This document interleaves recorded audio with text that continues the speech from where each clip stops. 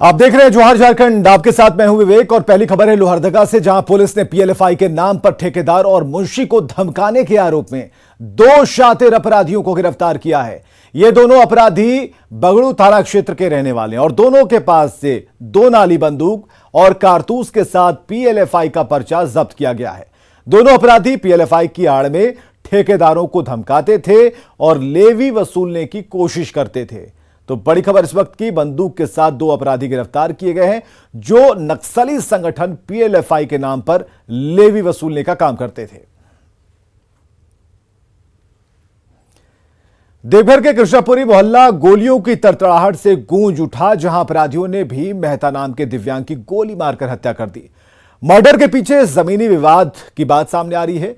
घटनास्थल से कारतूस के खोखे मिले। परिजनों ने हत्यारों की जल्द से जल्द गिरफ्तारी की मांग की है। देवघर के एसपी ने मामले की जांच शुरू कर दी है और अपराधियों की जल्द गिरफ्तारी का दावा किया है। रांची के कार्डियक एचओडी डॉक्टर विनीत महाजन की छुट्टी पर जाने से मरीजों की जान सांसत में है। परेशान मरीज डॉक्टर महाजन की छुट्टी रुकवाने के लिए रिम्स निदेशक का दरवाजा खटखटा रहे हैं।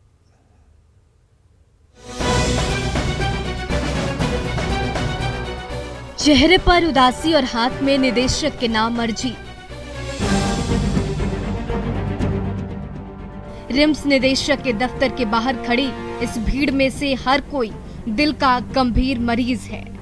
इनका इलाज पिछले 2 महीनों से रिम्स के कार्डियोलॉजी डिपार्टमेंट के हेड डॉक्टर महाजन के वार्ड में चल रहा है, पर इन्हें नई जिंदगी देने वाले चिकित्सक डॉक्टर विनीत महाजन लंबी छुट्टी पर जाने वाले हैं। ऐसे में ये मरीज डॉक्टर का तबादला रुकवाने की दरख्वास्त लेकर रिम्स निदेशक का दरवाजा खटखटा रहे हैं।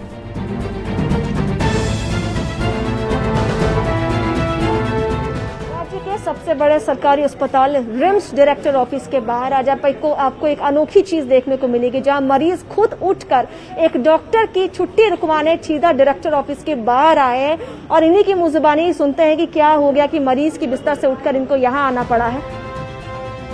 इन मरीजों के दिल का ऑपरेशन डॉक्टर विनीत महाजन करने वाले हैं, पर डॉक्टर की छुट्टी के चलते इनका ऑपरेशन टलने की नौबत आ गई है। इसलिए दिल के इन मरीजों को अपनी जिंदगी बचाने की गुहार लगानी पड़ रही है। बोल आप जाइए डायरेक्टर साहब के पास और 15 दिन का हमको मोहलत दिलाइए और हमरा छुट्टी रोकवा दे। हम आपको सबको 15 दिन में एक भी मरीज नहीं रहेगा, सबको ऑपरेशन कर देंगे। अब उन्हीं से ऑपरेशन हम लोग को कराया जाए। उनको छुट्टी हो गई है, उनको छुट्टी रोका जाए। क्यों सर, कुछ खास वजह? क्योंकि उनका हम लोग पेशेंट है, वो चल जाएंगे तो हम लोग बेमौत मरे जाएंगे। आप लोग जाके मतलब कि सिफारिश कीजिए किसी से कि मेरा जल्दी 10 दिन के लिए भी मोहलत देंगे तो हम सबको ऑपरेशन करके हटा देंगे पुराना। हम लोग बस वही चाहते हैं कि हम लोग का जल्दी हो जाए। हम लोग इतने दिनों से हम लोग का सब चीज पढ़ाई लिखाई हर चीज बंद हो गया है। रिम्स डायरेक्टर के दफ्तर के बाहर खड़े ये मरीज हर किसी को बड़ी उम्मीद से देख रहे हैं, पर इनकी गुहार सुनने को कोई तैयार नहीं है। करीब 10 से 20 के आंकड़ों में यहाँ पर खुद मरीज उठकर चलकर आए हैं अपने वार्ड से और डायरेक्टर के बाहर ऑफिस के बाहर खड़े हैं निवेदन करने के लिए कि किसी तरह डॉक्टर विनीत महाजन जो कार्डियोलॉजी डिपार्टमेंट के एचओडी उनको किसी तरह रोक लिया जाए और इनकी सर्जरी पूरी हो पाए, इनके इलाज में किसी तरह बाधा ना आए। इसलिए ये यहाँ पर रिम्स डायरेक्टर ऑफिस के बाहर अनुरोध करने आए हैं। कैमरामैन संजीव के साथ रूपाली त्रिपाठी, न्यूज 18 रांची। रांची के रिम्स में जीवन रक्षक दवाइयों के बिना मरीजों की जान खतरे में है। परिजन गुहार लगाते हैं तो चिकित्सक रिम्स डायरेक्टर का रास्ता दिखा देते हैं।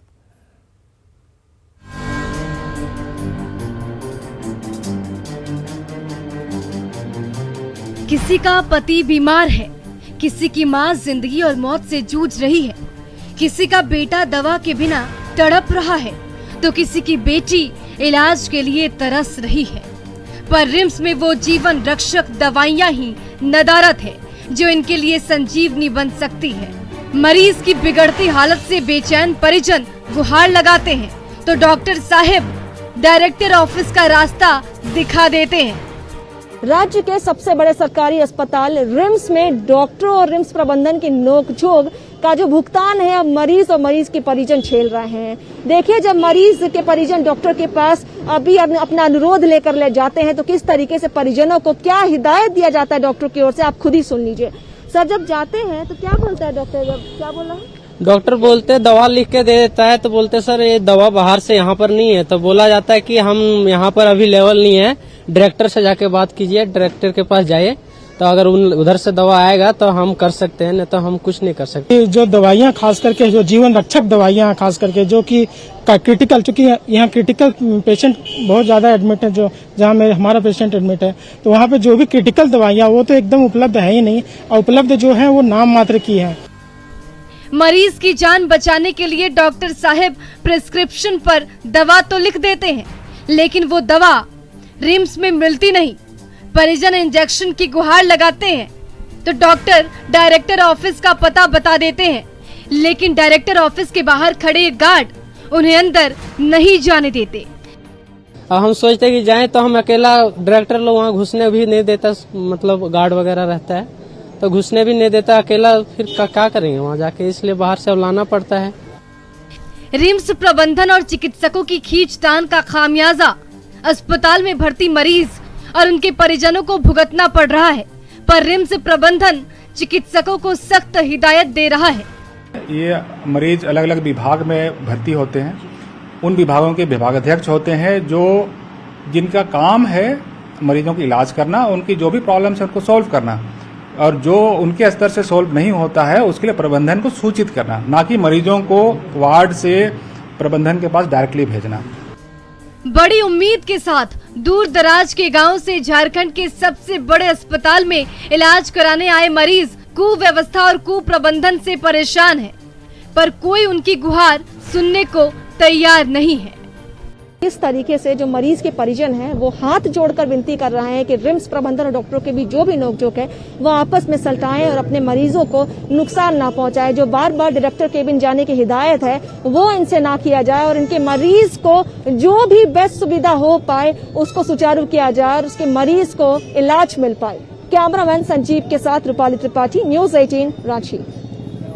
गुमला के घाघरा प्रखंड के नौडिया वरटोली आंगनबाड़ी की छत अचानक से टूटकर गिर गई, जिससे आधा दर्जन से अधिक बच्चे घायल हो गए। स्थानीय लोगों की मदद से घायलों को रेफरल अस्पताल में भर्ती कराया गया, जहां इनका इलाज जारी है। और आपको बताएं कि आज आंगनबाड़ी केंद्र में टीकाकरण का कार्य चल रहा था और इसी दौरान यह हादसा हुआ।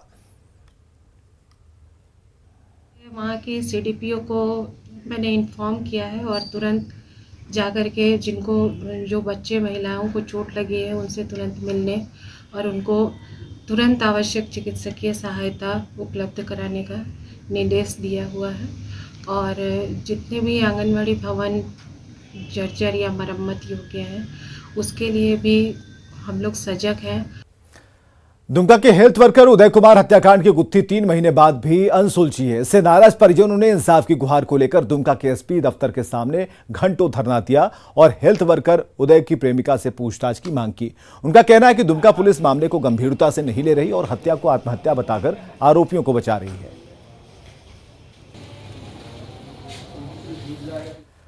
आजादी के अमृत महोत्सव को लेकर पूरा रांची शहर तिरंगे से पटा है। रांची नगर निगम दफ्तर से लेकर शहीद चौक तक तिरंगा यात्रा निकाली गई, जिसमें मेयर आशा लकड़ा और डिप्टी मेयर संजीव विजयवर्गीय शामिल हुए। इस दौरान मेयर ने हाउस द जोश के नारे लगाए। तो स्वतंत्रता दिवस को खास बनाने के लिए इस बार हर घर तिरंगा अभियान चलाया जा रहा है। सरकार की तरफ से ये कैंपेन जो है लोगों तक पहुंच रहा है। हमारा महिला समिति और रांची की जनता को भी हमने आह्वान किया है कि हम तिरंगा यात्रा करेंगे और तिरंगा यात्रा जब चलेगा तो एक उत्साह होगा कि हाँ यही एक माहौल है कि हर घर तिरंगा दिखाई देगा।